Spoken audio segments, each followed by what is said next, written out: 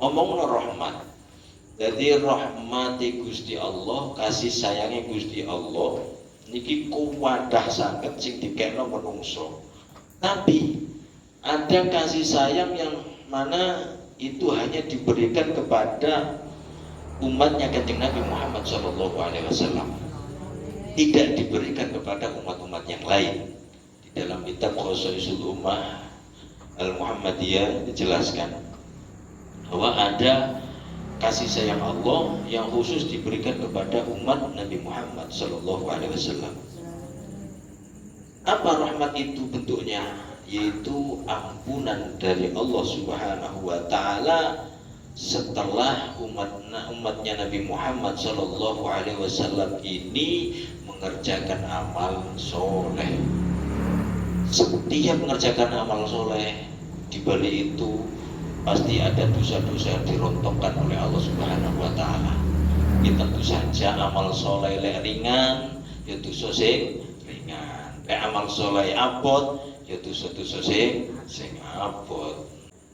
Assalamualaikum warahmatullahi wabarakatuh. Waalaikumsalam warahmatullahi wabarakatuh. Hamidan lillah tabaraka wa ta'ala wa musalliyan wa musalliman ala rasulillahi Muhammad ibn Abdillah sallallahu alaihi wasallam. Subhanaka la ilma lana illa ma 'allamtana innaka antal alimul hakim. Rabbi shrah li sadri wa yassir li amri wahlul 'uqdatam min lisani yafqahu qawli, amma ba'du. Bapak Ibu hadirin hadirat jamaah kajian tafsir Majelis Ta'lim Tarbiyatun Nasi'in yang dipermuliakan kalian Allah Subhanahu wa Ta'ala, bersyukur kepada Allah Subhanahu wa Ta'ala dengan ungkapan kalimat syukur, alhamdulillahi rabbil alamin. Bersolawat kepada junjungan kita, panutan kita, suri tauladan kita, Kanjeng Nabi Muhammad sallallahu alaihi wasallam. Allahumma sholli ala sayyidina Muhammad. Alhamdulillah, kesempatan kali ini kita akan kaji tafsir Al-Quran surat 156.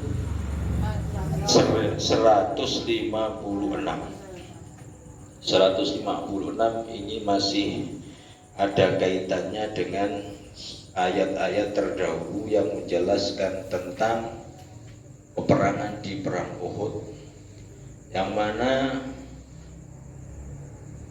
orang-orang mukmin dikalahkan oleh kafir Quraisy.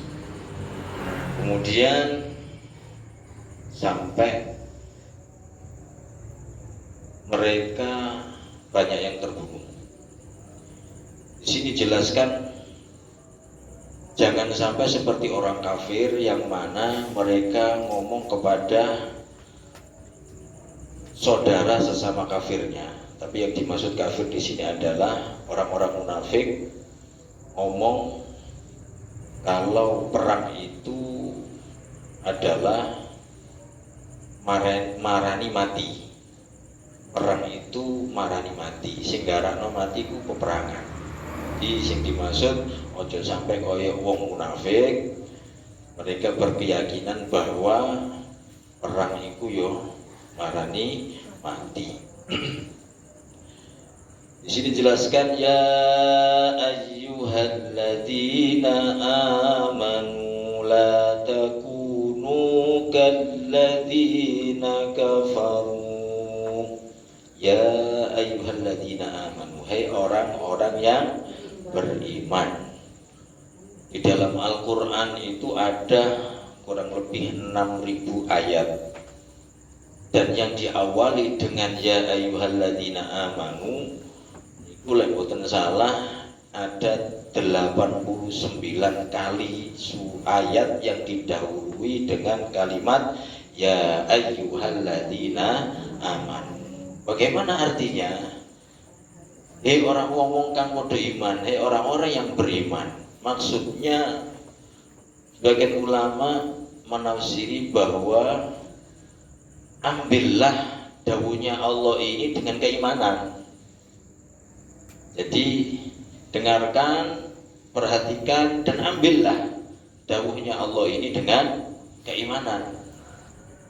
Jangan sampai seperti orang munafik. Mereka mendengar bahkan membaca tapi tidak dengan keimanannya. Ada juga yang menafsirkan bahwa buktikanlah dawuhnya Allah ini dengan keimanan. Sebab keimanan itu butuh pembuktian. Boten mung omong tok. Jadi wong Jakarta omong doang. Jadi iman itu butuh pembuktian. Timbung boten mung diucap mawon.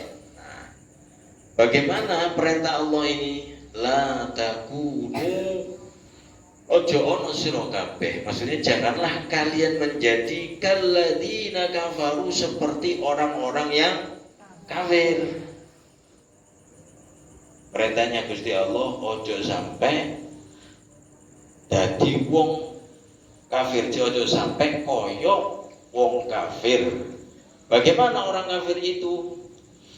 Tapi yang dimaksud kafaru di sini adalah munafik. Tafsir Jalalain, tafsir Sawi itu menjelaskan tentang orang munafik. Sebab yang dimaksud di sini adalah ada terkaitan dengan ayat sebelumnya menjelaskan tentang perang Uhud, yang mana ada 300 pasukan ini berangkat nang Uhud tapi terus gak sido melu perang balik. Wong 1000 pasukan Kanjeng Nabi ternyata sing 300 belot, sing 300 mulih, yaitu di bawah pimpinan Abdullah bin Ubay bin Salul, seorang gembong Yahudi. Mereka orang munafik. Nah, dan di sini sampai Gusti Allah dikatakan kafaru, ternyata kafir sampai munafik itu kok podo sama. Jadi kafir itu hatinya mengingkari Allah, ucapannya pun mengingkari Allah, perbuatannya pun mengingkari Allah. Situ kafir. Lek munafik hatinya kufur, mengingkari Allah. Wis gak percaya janjine Gusti Allah, ora percaya. Ngoten. Ambek ancaman Gusti Allah ya percaya, tapi lesane kaya wong mukmin. Mereka mengatakan iman, perbuatan ya kaya wong mukmin, tapi hatinya enggak. Terus Gusti Allah gimana? Innallaha la yanzuru ila suwarikum wa la yanzuru ila ajsamikum walakinnallaha yanzuru ila qulubikum. Gusti Allah iku gak ndelok rupa sira kabeh, gak ndelok anggota tubuh sira kabeh, sing didelok napa? Atine. Kalau ada kekufuran, senajan to lesane iku manis, ya munafik. Itu malih. Tujuannya napa? Mereka ingin menipu Allah. Di ayat surat Baqarah kemarin yang lalu itu pernah dijelaskan, yukhadi'uhum. Ya napa enten sing hafal? Yukhadi'unallaha wa yukhadi'unallaha walladina kafaru wa ma yakhda'una illa anfusahum. Mereka ingin menipu Allah dan menipu orang-orang yang beriman, tetapi sebenarnya mereka adalah menipu diri mereka sendiri, wa ma yashurun, dan mereka tidak merasakan itu.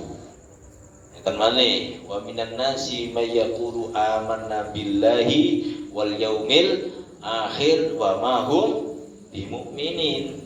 Di antara manusia itu ada yang ngomong aku ki iman, terus aku yang percaya dino akhir, wa ma hum bimu'minin, tapi disangka oleh padahal mereka itu bukanlah orang yang mukmin. Ini sifat-sifat atau ayat-ayat jelaskan tentang orang munafik.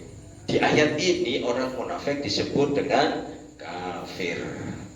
Jadi jangan seperti orang kafir utawa wong munafik wa qalu li ikhwanihim, dan mereka mengatakan li ikhwanihim kepada saudara sesama munafik. Apa omongan mereka? Idza darabu fil ardi, jika mereka orang-orang beriman bersama Rasulullah itu, darabu di sini di tafsir Jalalain itu safaru, jadi bepergian di muka bumi. Jadi lungoh ado. Ketika mereka lungoh ado, ketika mereka bepergian jauh, aukan huzan, atau mereka mengikuti peperangan, laukan indana, seandainya mereka itu indana di sisi kita, jadi orang munafik, mamatu, maka mereka tidak akan mati, wa makutilu, dan mereka tidak akan terbunuh. Jadi di sini larangan dari Allah Subhanahu wa taala, kalian orang-orang yang beriman, jangan seperti orang-orang kafir yang mereka mengatakan kepada saudara sesama kafirnya, sesama munafiknya, yang mereka mengatakan bahwa perjalanan jauh atau perjalanan menuju perang itu bisa menjadikan kematian. Mereka salah memahami tentang hakikat kematian. Mereka tidak sadar kalau kematian itu ada di tangan Allah. Jadi sebab kematian itu bukan peperangan. Sing bener nonton. Jadi akidah kita, jadi kematian itu bukan disebabkan peperangan. Berapa banyak orang yang ikut perang tetapi matinya di tempat tidur. Jadi berapa banyak orang yang gak tahu metu, ternyata lungo atau titik yo sentuh. Jadi kematian itu kekuasaan Allah. Apa jane Gusti Allah? Ada yang sebab, ada yang tanpa sebab. Enten di berita nanti kalau mau stand Facebook niku, bawa mobil minggir parkir, suwe ternyata meninggal. Masya Allah, enten. Nah, kaya jamaah kita itu ya, maghrib tilem isya wis gak ono. Jadi kematian itu hakikatnya ada di tangan Allah Subhanahu wa taala. Jadi dawuhipun Allah Subhanahu wa taala, jangan seperti orang kafir ataupun munafik yang mereka menyandarkan sebab kematian itu pada bepergian jauh dan peperangan. Lek awak dhewe nyandarno sebab kematian, sebab napa jenenge perjalanan jauh ya wedi nang ndi, numpak motor muluk ya wedi roto, numpak kapal wedi iki erem, wis meneng ae. Jadi perang perjalanan jauh niku mboten dadekno kita mati. Dan juga diam di rumah tidak juga menjadikan kita selamat, mboten. Nang omah meremo ketibanan genteng mati iso wae kan ngoten nggih. Ngoten. Sing penting wong mukmin aja wedi mati. Sing diwedeni niku persiapan sadurunge mati ku lho, sing perlu dipikirno. Oleh mati ngono sadurunge kita lahir procot niku wis ditulis sampe Allah. Cenang kandungan durung lahir niku wis ditulis. Dino iki, jam iki, tahun iki wis. Ngoten.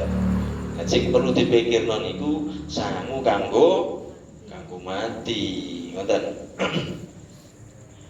Nek perang, nek para sahabat niku mereka mencari kematian memang lebih baik mati gugur di medan perang, tetapi mati terhormat, mati oleh maghfiratipun Allah, oleh rahmat Gusti Allah. Tapi banyak sekali sahabat yang mereka menginginkan mati di medan perang, tapi ternyata mereka matinya di tempat tidur. liyaj'alallahu dzalika hasratan fi qulubihim. Yaj'alallahu, li di sini kalau menurut ilmu nahwu, li ini mempunyai makna akibat, lam lil akibah. Liyaj'alallahu, akibatnya mereka yang mengatakan bahwa gara-gara perang, gara-gara bepergian jauh mereka itu mati, dan seandainya mereka ada bersama kami duduk-duduk di Madinah, maka mereka enggak mati. Akibatnya liyaj'alallahu dzalika hasratan, Allah menjadikan dzalika, hal itu maksudnya hal itu nopo, omongan dan keyakinan mereka yang seperti itu, yang salah seperti itu, hasratan, yaitu kesedihan, fi qulubihim, di dalam hati mereka. Kenapa mereka sedih? Karena mereka omongannya tidak digubris dengan orang-orang yang beriman. Jadi tujuan mereka mengatakan bahwa ojo budal perang, cek selamat nang kene ae. Pertama tujuannya memang untuk mengendorkan semangat perangnya orang-orang yang beriman. Nomor kali, ternyata semakin dikendoni orang-orang beriman malah semangat. Jadi dadekno mangkel, sedih terus mangkel. Jadi hasratan fi qulubihim, terus ulama tafsir, hasratan, rasa sedih, fi qulubihim, di hati mereka. Jadi kesedihan itu berkepanjangan, gak waras-waras. Sebab itu hukuman dari Allah Subhanahu wa ta'ala. Selama dia mempunyai hati, selama itu pula dia merasakan sedih, kecewa, dan mangkel, loro hati.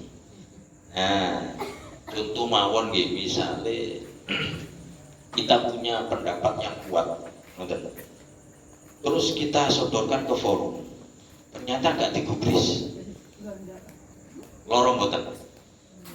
Kadang-kadang menungso, sifat menungso nggih ono lorone, tapi itu sesaat. Sehari 2 hari paling sebulan wis hilang lah. Tapi ini ndak, hasratan fi qulubi, hukuman dari Allah. Jadi selama dia punya hati sakit, dan sakitnya itu dunia akhirat. Nang dunia duwe hati, nah akhirat ijin duwe hati kan. Dihukum ya Gusti Allah, masya Allah. Bahasa Quran itu luar biasa gitu. Ulama tafsir ini, kalau Quran itu indah, jadi bersatu kalimat ngoten mawon diteliti luar biasa. Loro hati ini terus menerus. Wallahu yuhyi wa yumit. Nah, ini sanggahan dari Allah Subhanahu wa ta'ala terhadap pandangan orang-orang munafik yang mengatakan bahwa gara-gara perang itu mati. Padahal disanggah oleh Allah, wallahu, dan Allah yuhyi itu adalah zat yang menghidupkan, wa yumit, dan zat yang mematikan. Nek Gusti Allah nguripno, berarti sing mateni ya Gusti Allah. Wallahu bima ta'maluna basir. Wallahu, dan Allah, bima, terhadap apa yang ta'maluna kalian kerjakan, kalian lakukan, basir, itu maha melihat. Awas, segala perbuatan kita itu dilihat oleh Allah. Segala apa yang kita lakukan, baik kata-kata yang keluar dari mulut kita, terus badan kita gerak, dan hati kita pun itu semua dalam pengawasan Allah Subhanahu wa ta'ala. Semuanya akan diminta pertanyaan oleh Allah Subhanahu wa ta'ala nanti, termasuk keyakinan mereka, pemahaman orang-orang munafik yang keliru ini. mereka akan menyesal kelak di hadapan Allah Subhanahu wa taala. Jadi ya Allah lah kok kula di pemahaman seperti ini sehingga kami ini tidak berangkat perang, sedangkan orang-orang mukmin yang gugur malah bersyukur, alhamdulillah gugur dalam perang gitu. Wala in qutiltum fi sabilillahi aw muttum la maghfiratum minallahi wa rahmatun khairum mimma yajma'un. Wala in, dan sesungguhnya jika kutiltum kalian dibunuh fisabilillah dalam peperangan. Oh ternyata berangkat perang kok ya mati ternyata. Amutum atau kalian dimatikan. La maghfiratun, maka niscaya ampunan Allah minallahi, ampunan minallahi dari Allah, wa rahmatun dan rahmat. Khairum mimma yajma'un, yang mana ampunan dan rahmat Allah itu lebih baik daripada apa yang mereka kumpulkan. Ya luwe api mati kok ternyata budal perang utawa lunga budal haji misalnya. Budal haji kok ternyata nang kono ya wis mati. Misalnya ono wong umur 90 kabeh wah aja budal nang kono mati kon jadi ngono. Nang kono kok mati sebab ibu haji ku ibadah fisik. Misalnya kok berangkat temenan kok sedo. Ya la maghfiratu minallah wa rahmah, maka akan mendapatkan maghfirah dan rahmat dari Allah Subhanahu wa taala.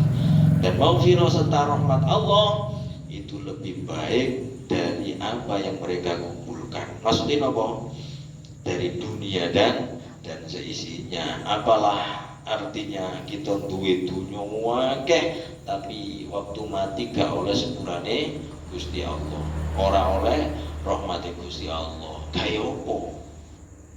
Wong kesenangan dunia niku mung sesaat, kesenangan yang tidak lama. Akan tetapi kesenangan yang hakiki, yang selama-lamanya tidak ada habisnya adalah kesenangan ketika setelah kita hidup di dunia ini. Ngomongno rahmat. Jadi rahmati Gusti Allah, kasih sayangnya Gusti Allah niki kuwadah sanget sing dikekno menungso. Tapi ada kasih sayang yang mana itu hanya diberikan kepada umatnya Kanjeng Nabi Muhammad SAW, tidak diberikan kepada umat-umat yang lain. Di dalam kitab Khosaisul Ummah Al-Muhammadiyah dijelaskan bahwa ada kasih sayang Allah yang khusus diberikan kepada umat Nabi Muhammad SAW. Apa rahmat itu bentuknya? Yaitu ampunan dari Allah Subhanahu wa taala setelah umatnya Nabi Muhammad SAW ini mengerjakan amal soleh. Setiap mengerjakan amal soleh, di balik itu pasti ada dosa-dosa yang dirontokkan oleh Allah Subhanahu wa taala. Ya tentu saja amal soleh lek ringan, ya dosa sing ringan. Lek amal soleh abot, ya dosa-dosa sing abot. Nek amal soleh ringan, yo dosa sing abot, karepe dhewe iku wis enak. Jadi subhanallah nggih, hikmah daripada amal soleh niku luar biasa. Kula kali panjenengan kudu duwe amal soleh sing diistiqomahno. Niku kudu gitu. Ya sing kena diistiqomahno napa mawon. Termasuk ngeten kita bermajelis seperti ini, dari rumah niat kita ngaji, golek ilmu. Niki lek diterima dadi amal soleh. Lah wis dadi amal soleh bisa iso nyunggeh ridhone Gusti Allah. Lek wis Gusti Allah benar-benar ridho, maka kita tidak akan keluar dari tempat ini kecuali dosa-dosa kita dirontokkan oleh Allah Subhanahu wa taala. Oleh ilmu dosane dielong sampai Gusti Allah. Jadi monggo kita komitmen, kita istiqomahkan. Wis aku tak niat ben Minggu utawa Kamis tak ngaji. Wis niat Wis mengihdor niat, jadi menghadirkan niat, bener-bener berazam, bertekad elok ngaji. Ngaji berbulan-bulan, ternyata suatu saat apa ngaji ono tamu sing wado. Nah, iki penting di ngaji ambek nemoni tamu. Nemoni tamu. Penting nemoni. Lah, kita nemoni tamu tetap oleh ganjarane ngaji. Ngoten nggih. Jadi itu adalah keutamaan atau kasih sayang Allah yang Allah berikan kepada khusus kepada umat Nabi Muhammad Shallallahu Alaihi Wasallam. Wala in muttum aw qutiltum la ilallahi tuhsyarun.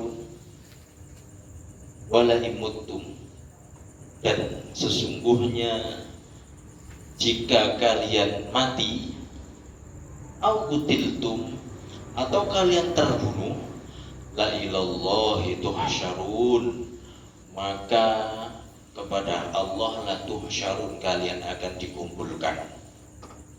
Tak mompo wis oleh maghfirone Gusti Allah, wis oleh rahmate Gusti Allah, karena budal perang terus ternyata terbunuh di medan perang, atau budal haji kok ternyata meninggal, akan dikumpulkan oleh Allah Subhanahu wa taala dalam mendapatkan maghfirah dan rahmat Allah Subhanahu wa taala.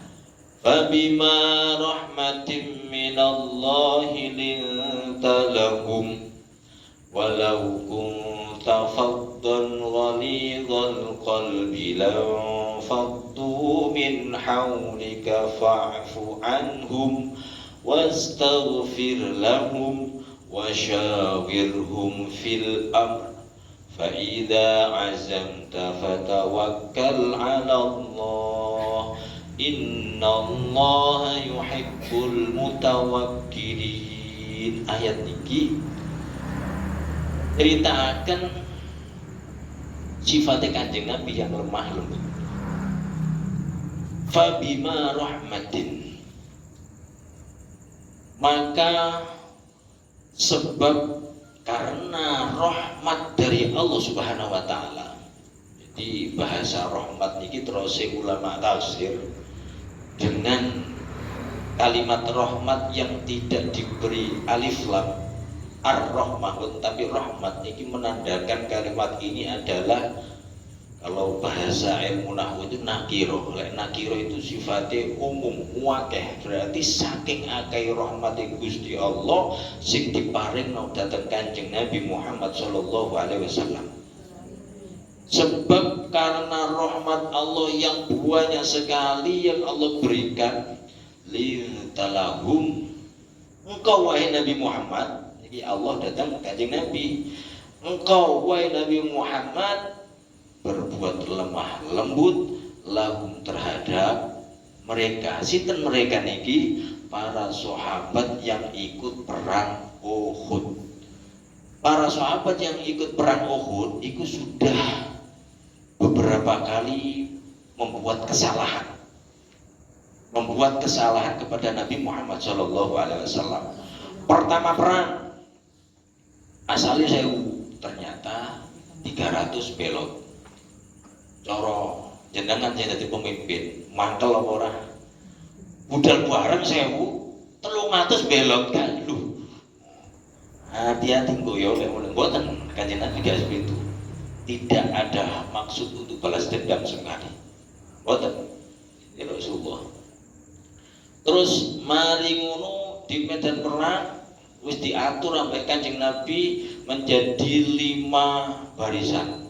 Barisan depan, barisan tengah, sayap kanan kiri, sayap kanan belakang, di atas.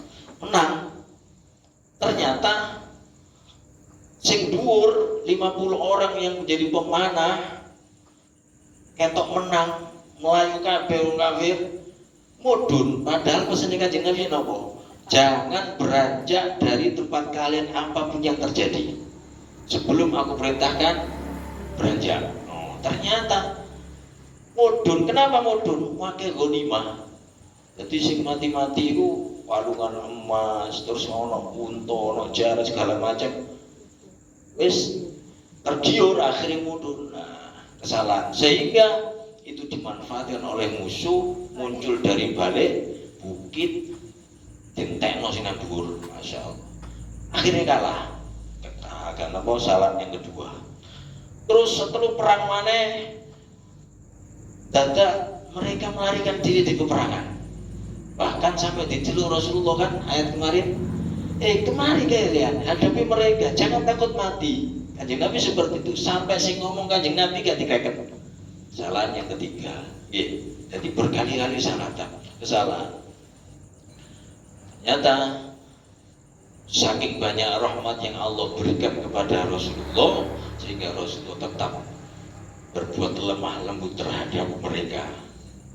Walau kunta fadhon, ini perumpamaan, permisalan saja. Tapi ini tidak terjadi pada Kanjeng Nabi. Ini hanya sekedar contoh. Walau kunta, dan seandainya engkau wahai Nabi Muhammad, terus Allah fadhon, itu kasar, ngamplengan misalnya, mukulan, nyentaan misalnya, nguring-nguringan. Waliyul qalbi, keras hati. Jadi ada fadhon, ada waliyul qalbi. Fadhon itu fisiknya, fisik kekerasan. Tapi kalau waliyul qalbi itu yang tidak kelihatan, yang ada dalam hati. Jadi koyo mokong, terus keras hati, ini waliyul qalbi. Dan faddu min haulik, niscaya mereka umatmu wahai Nabi lari min haulika dari sekitarmu. Tapi ini tidak terjadi pada Nabi. Walaupun ini khitabnya ditujukan pada Nabi, permisalan kepada Nabi niki kula kali panjenengan sebagai umat Nabi kudu niru. Cek wong orang lain soho kita. Ya apa kudu niru Kanjeng Nabi lemah lembut, terutama dalam hal dakwah misalnya ngamuan salah titik nyawat misalnya ya buyar gak ngaji-ngajian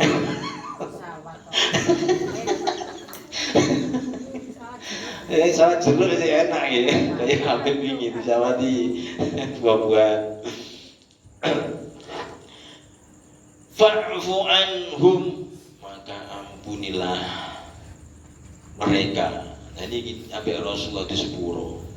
Fa'fu anhum, maka ampunilah anhum dari kesalahan mereka. Ini sifatnya Kanjeng Nabi di sepuro sampai Kanjeng Nabi. Jadi di sepuro wes kaya gak ono apa-apa, padahal kayak kesalahan besar niku. Jadi dalam peperangan itu harus satu komando. Dengan lihat militer nih kono, dikongkon siap, titik siap, mau terjadi sapu siap, bersena saya jadi siap kok di sini, ngomong nggak siap dikeplak, tentara nih ngoten, jadi segala siap ngoten. Jadi fa'fuan kalian Kanjeng Nabi sepuro, jadi para sahabat yang menjadi prajurit di perang Uhud. Beberapa kesalahan kalian Kanjeng Nabi di sepuro. Memang sifatnya Kanjeng Nabi itu lemah lembut, nyepuroan. Wastaghfir lahum, wastaghfir dan mintakan ampun kepada Allah lahum untuk mereka. Wis di sepuro dijauhno, wis di sepuro mek Kanjeng Nabi terus dijauhno sepuro nang Gusti Allah. Jale memang ini sifat daripada orang bertakwa nggih. Sing di ayat berapa 130 berapa niku kan wonten 6 ciri sifat daripada orang bertakwa, di antara adalah mudah mengampuni kesalahan manusia. Terus nek niki mboten cuma mengampuni tok, tapi ndongakno supaya sampai Gusti Allah dosane disepuro. Misale jenengan kok dilarani ati jenengan kali tiang, mungkin sakit nyepuro wis tak sepuro, tapi kira-kira iso gak ndongakno nang Gusti Allah, ya Allah yen paringi jadi jenengan digawe bangkrut ambek wong misalnya Misalnya arto jenengan digondol wong wakeh sehingga jenengan bangkrut, kira-kira isih nyepuro mboten niku? Wis mari di sepuro didongakno wis ya Allah. Kira-kira donga jenengan ya napa? Ndang matek. Muga-muga ndang matek. Nah, nggih. Sampai Kanjeng Nabi dimintakan ampun. Terus wasyawirhum fil amr, dan ajalah mereka musyawarah fil amri dalam urusan perang. Nah, jadi ya Kanjeng Nabi dianggap Kanjeng Nabi tidak ada cara lagi sekalipun mari gawe kesalahan. Nah, biasanya mau gawe kesalahan itu diting-ting awas kamu gak dijak ngomong nggih. Wis sledot biasanya kan ngoten. Wis gak dijak ngomong. Lah niki Kanjeng boten, itu bukan sifatnya seorang nabi. Dijak musyawarah dalam urusan perang. Fa'idha azamta fatawakkal 'ala Allah. Maka apabila kamu sudah berazam, mempunyai keinginan yang kuat, tekad yang kuat, fatawakkal, maka bertawakallah kepada Allah. Wis mari musyawarah, sudah diputuskan, ya wis serahkan kepada Allah. Kita bermusyawarah, wis tugasnya dewi-dewi. Yes, bismillah, apa jare Gusti Allah dadi ini? Sukses gak sukses? Apa urusan teko urusane Gusti Allah? Niku jenenge tawakal, menyandarkan hasil kepada Allah Subhanahu wa taala. Dan kualitas takwa tawakal seseorang itu diukur dari keimanannya. Semakin imannya kuat, semakin tawakalnya kuat. Innallaha yuhibbul mutawakkilin. Sesungguhnya Allah itu mencintai orang-orang yang bertawakal. Maksudnya yang apa sih? Sampai Gusti Allah cinta terhadap orang-orang bertawakal. Wong tawakal niku orang dhisikno egone. Orang dhisikno pintere. Jadi menyandarkan keberhasilan itu kepada Allah Subhanahu wa taala. Yang penting usaha. Jadi wong tawakal niku merendahkan dirinya kepada Allah, menganggap Allah itu maha tinggi. Dia melihat dirinya rendah. Wong tawakal niku menganggap Allah itu maha segalanya, dan orang bertawakal itu menganggap dirinya sangat lemah. Iyansurkumullahu fala ghaliba lakum. Jika yansurkumullah, Allah memberikan pertolongan kepada kalian, fala ghaliba lakum, maka tidak akan yang bisa mengalahkan kalian. Lek wis Gusti Allah ngakai pertolongan kepada kita, maka tidak ada yang bisa mengalahkan kita. Sekalipun orang mukmin sedikit di perang Uhud itu, wong mukmin 1000 sing belot 300. Mungsune pinten? 3000. Wakene 3000 musuh 700. Tapi setiap peperangan pasukan Kanjeng Nabi enggak mesti kalah akeh. Di perang Badar itu pinten mbak? Kanjeng Nabi dan sahabat cuma pinten? 300. Mek 300. Tapi menang. Jadi mereka mengandalkan Allah Subhanahu wa taala. Lek wis oleh pitulung tok Gusti Allah, maka tidak ada yang bisa mengalahkan. Wa iyakhdulkum dan wa yakhdulkum, dan jika yakhdulkum, Allah membiarkan kalian, faman alladzi yansurukum min ba'di, maka siapa itu yang akan memberi pertolongan kepada kalian min ba'di, dari setelah pembiaran dari Allah Subhanahu wa taala. Lewis Gusti Allah dijiarno wis gak diurusi, ya terus apa sing ewan. Jadi bahaya. Sing kita kejar adalah pertolongan Allah Subhanahu wa wa ta'ala. Jangan sampai kita dibiarkan oleh Allah Subhanahu wa ta'ala. Wa 'alallahi falyatawakkalul mu'minun. Dan hanya kepada Allah lah maka hendaknya orang-orang beriman bertawakal. Jadi di antara amalan yang bisa mendatangkan pertolongan Allah adalah tawakal kepada Allah Subhanahu wa ta'ala. Jadi perlu tawakal ini ditingkatkan. Ada kisah seorang syekh namanya Syekh atau Imam Hatim Al-Asam. Beliau seorang ulama besar, seorang zahid, zuhud, seorang abid, ahli ibadah. Beliau mau pergi haji. Keinginan anak kuat kepingin haji. Dilumpukno kabeh keluargane. Bojone, anak-anake dilumpukno kabeh. Dipamiti. Aku tak budal haji yo. Dan anak-anake akeh sak bojone barang ojo. Lah sing nunggoki kita sapa? Ngoten. Terus sing ngopeni awake sapa? Tak tinggali. Walhasil keluarganya ini berat ditinggal Imam Hatim Al-Asam. Susah. Ternyata satu dari anaknya cilik bisa umure asro sana, jadi 10 tahun. Ngomong dan gini, abah di kerumunan saudara-saudara dan ibunya. Menurut saya panjenengan berangkat saja budal haji, karena keyakinan saya yang memberi rezeki itu bukan ayah, yang memberi rezeki itu Allah. Menurut saya begitu. Jadi kemarin-kemarin memang dilewatkan ayah, tetapi insya Allah pasti nanti ada di jalan. Terdiam semuanya. Walhasil mantep Imam Hatim itu dengan jawaban anaknya. Ya wis, alhamdulillah anakku ono sing punya pandangan seperti itu, berangkatlah. Dia ditinggali omahe berangkat. Jadi zaman semonten itu ya berbulan-bulan gak kok saniki nggih. Berbulan-bulan karena perjalanan jauh lah numpak unta sing duwe unta. Sing gak duwe mlaku ngoten.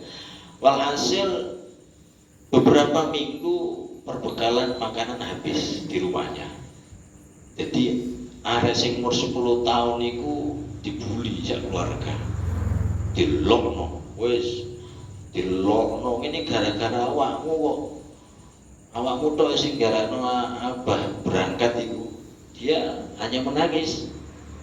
Walhasil waktu malam dia tahajud kepada Allah, mohon tunggu ya Allah, jangan hinakan diriku yang berusaha tawakal kepadamu, jangan hinakan diriku dalam keluarga ini, dan muliakanlah abahku. Jadi ngoten, jangan hina aku berusaha tawakal kepadamu.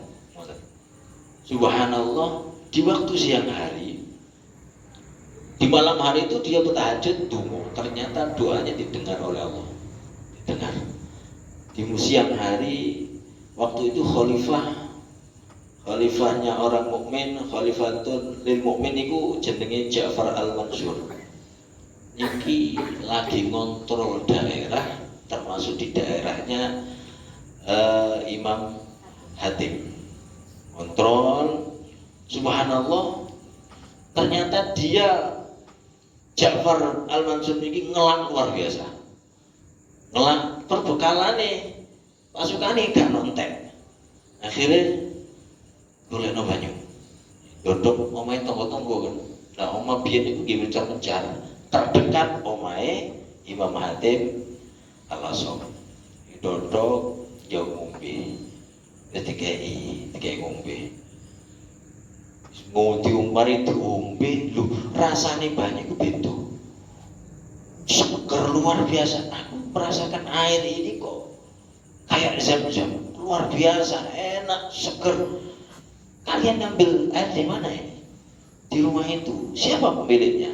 Katanya sih Hatim Al-Asam. Loh, Itu bukankah rumah ulama yang terkenal itu? Iya.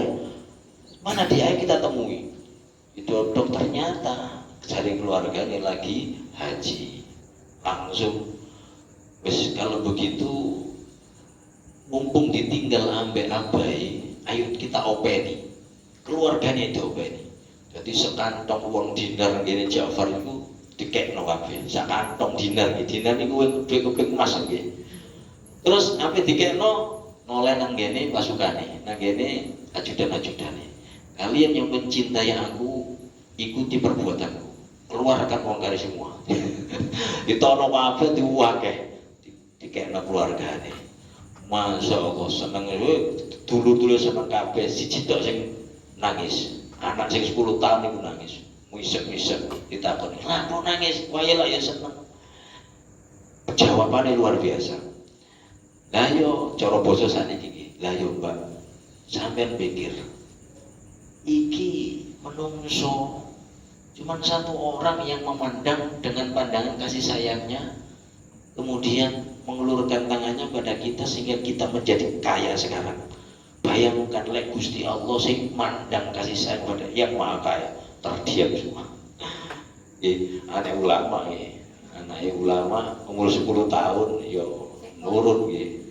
Jadi tawakal kepada Allah itu penting sekali. Jadi salah satu amalan yang menyebabkan turunnya pertolongan Allah Subhanahu wa taala adalah tawakal kepada Allah Subhanahu wa taala.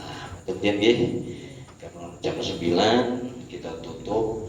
Shadaqallahul adzim. Subhanakallahumma bihamdik asyhadu an la ilaha illa anta astaghfiruka wa atubu ilaik. Wa sallallahu ala sayyidina Muhammad walhamdulillahi rabbil alamin. Kalamun qatimul la yumallu sama'uhu tanazzaha an qawlin wa fi'lin wa niyatin bihi astaghfir min kulli da'in wa nuruhu dalilun liqalbi inda jadi wa hayrati fa ya rabbi matti'ni bi sirri hurufihi wa nawwir bi sam'i wa qalbi wa muqalati wa habli bi fathan wa ilman wa hikmatan wa anis bi ya rabbi fil qabri wa syati wa salli wa sallim kulla yawmin wa laylatin ala man bi